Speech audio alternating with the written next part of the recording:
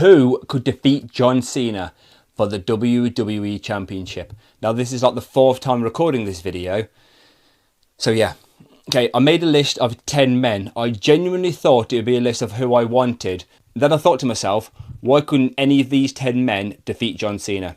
Some of them make sense, some of them don't. So it's sort of like a mixture of they could and I want. Just to prove a point, the first person on this list is Big E. And I wrote it down there. I know it sounds stupid because he's out of his neck injury, but just imagine the like insane pop if he came out, and there is history there. My first memory of Cena and Big E together was at Cena's gym when he was getting spotted by Roman Reigns doing the 575-pound bench press or something like that. And obviously there, like slow clap for E. When he was with Dolph Ziggler, Big E also came out and attacked John Cena. I thought there'd be more there. Okay, and he is a former WWE champion, so why not? Just to prove that you're not burying Big E when he returns. Okay, this is a good option. Okay. Next on the list is just because I want to see the match. I know it would be better if it was Prime Cena, but this is literally the only chance we're going to get for this year. Okay, it would be John Cena losing to Braun Breaker. Now, Braun Breaker is going to be a multiple-time world champion and a multiple-time main eventer of WrestleMania. So who better than to defeat the legendary John Cena for his first world title? And it will give more prestige to it, considering most factions you have the top guy win the title. What if you had Seth Rollins, okay, giving Braun Breaker a chance at a world title? And you can't tell me that wouldn't be a fantastic way for Braun Breaker to win his first world title. Then we've got some obvious ones. Clearly, like CM Punk. Okay. Do we need to say anything else? CM Punk's first world title back in WWE since, was it 2011, I think it was his last one? I mean, please correct me if I'm wrong, but that would literally just be brilliant. And their little mini feud they had inside the Elimination Chamber was great. Near like the top of my list, that'd be a great person to defeat John Cena, just because of the history they've had and seeing all the promos building up to it. Because to me, John Cena and CM Punk are 1-in-1, basically the best on the mic as in-ring performers as of today. Then we go on to the American Nightmare, Cody Rhodes. Whoa. He's going to be a multi-time world champion.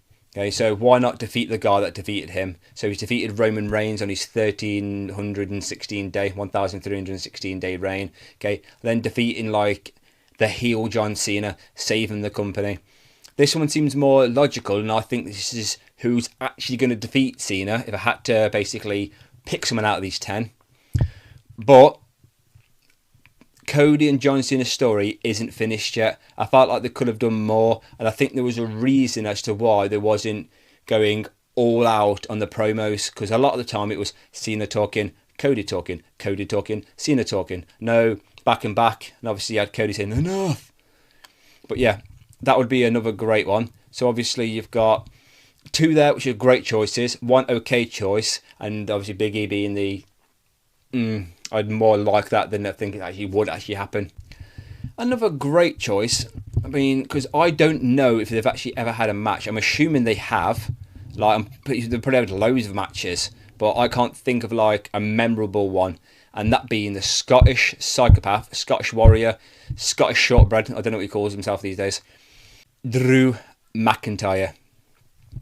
Of how good Drew is now and how good he is on the mic, and obviously with him, you know, getting screwed over the world title every single time, why not just give him something?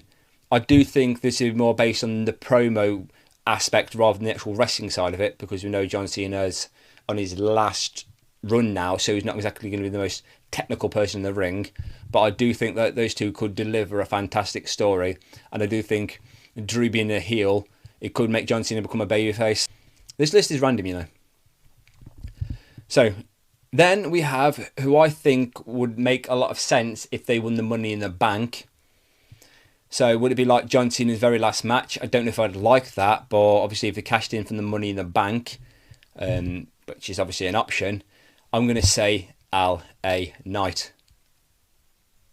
With how good he is at the moment in the mid-card scene, him losing the United States Championship, why can't he be elevated to the main event scene?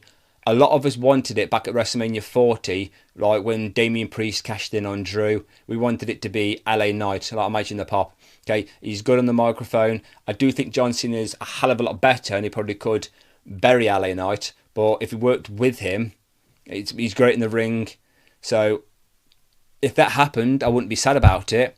But also, it wouldn't be in my top of the list of I want this to happen. There's people that have come before him, if that makes sense. But with the Money in the Bank briefcase, I do think that would be a good reason as to why. This one's just silly, but I think it's fantastic. R-Truth. Imagine going against your childhood hero and just defeating him for the WWE title. Like, he's put the work in. Okay, he's in his 50s. I know, obviously, John Cena is obviously younger than that.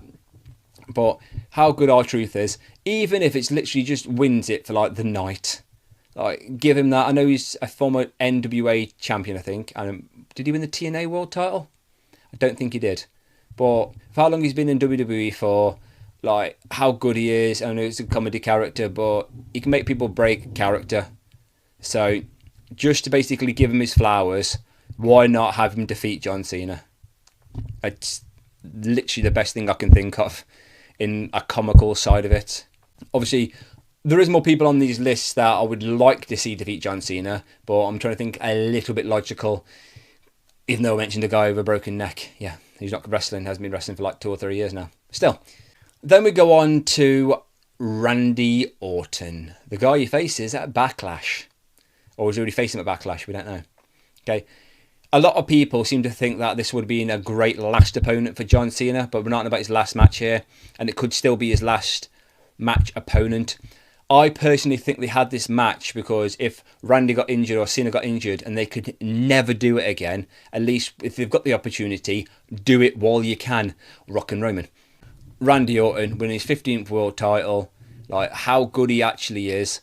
There is not many people at the top of the list to defeat John Cena for the world title. From his past, that is. So, I mean, I know a lot of these are from his past. But, yeah, Randy Orton has got to be his number one rival. And considering they haven't had a singles match since 2017, it's like 8 years. Why not? I've said why not a lot, but yeah. Then we go on to the final two. Remember, this is no particular order, just a complete random order. Let's go for number 2 being Sami Zayn, just to get his first world title. Okay, not many people remember who they defeated for the first world title. I can think of a few people. Like for some reason, I can remember John Cena defeated JBL, Batista defeated Triple H, things like that. But having John Cena be the person you defeat for your first world title, and Sami is a really good hard worker, and we know he wants the world title, and going for the actual world title, obviously the Raw brand version, what Jey Uso's got now, whatever that's called, okay, is what most people think he's going to go for. And a lot of people do see it as a secondary title. So if they do, why not give him the WWE title? They don't need to hold it for long, for just enough time. And I do think Sami is believable enough to be able to defeat John Cena. Because, you know, Sami works basically. He's an underdog, can't win anything, then he wins. Great. But anyway, number 1. That would be Seth freaking Rollins. There is a number of reasons I can think of as to why. Okay, I understand he wants his world title back, but what happens if he goes after a title that Roman Reigns thinks is his? You know what I mean? Him and Cena obviously have a history. That's another reason you can go for it. With his faction that he's got at the minute. I know I mentioned Braun Breaker earlier, but obviously if that doesn't happen, you can obviously have 2 different options. So Seth Rollins winning that title, saving the WWE, which he thinks he needs to do or has to do. And obviously John Cena's trying to take it down. And if Cena becomes a babyface because Seth's more of a heel, to me it basically works out. Why don't you let me know who you think is going to defeat Cena? Because I think it's going to be Cody. But these obviously would be other god options. Or who you would like to see him face. Maybe Sheamus. Maybe Braun Strowman. Oh no, you can't have Braun Strowman, sorry. Maybe Joe Hendry. I'd like to see him have a match, but I don't think he'll ever lose the title there. That's why he's never included on the list. Let me know what you think. Please like, comment, subscribe. Thanks for watching.